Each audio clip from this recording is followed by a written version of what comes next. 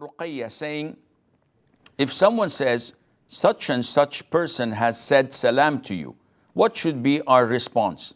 When someone conveys his salam through a third party, and the third party comes to you and says, Mr. Ahmed gives you salam, my response would be, may the peace and blessing of Allah be upon him and you.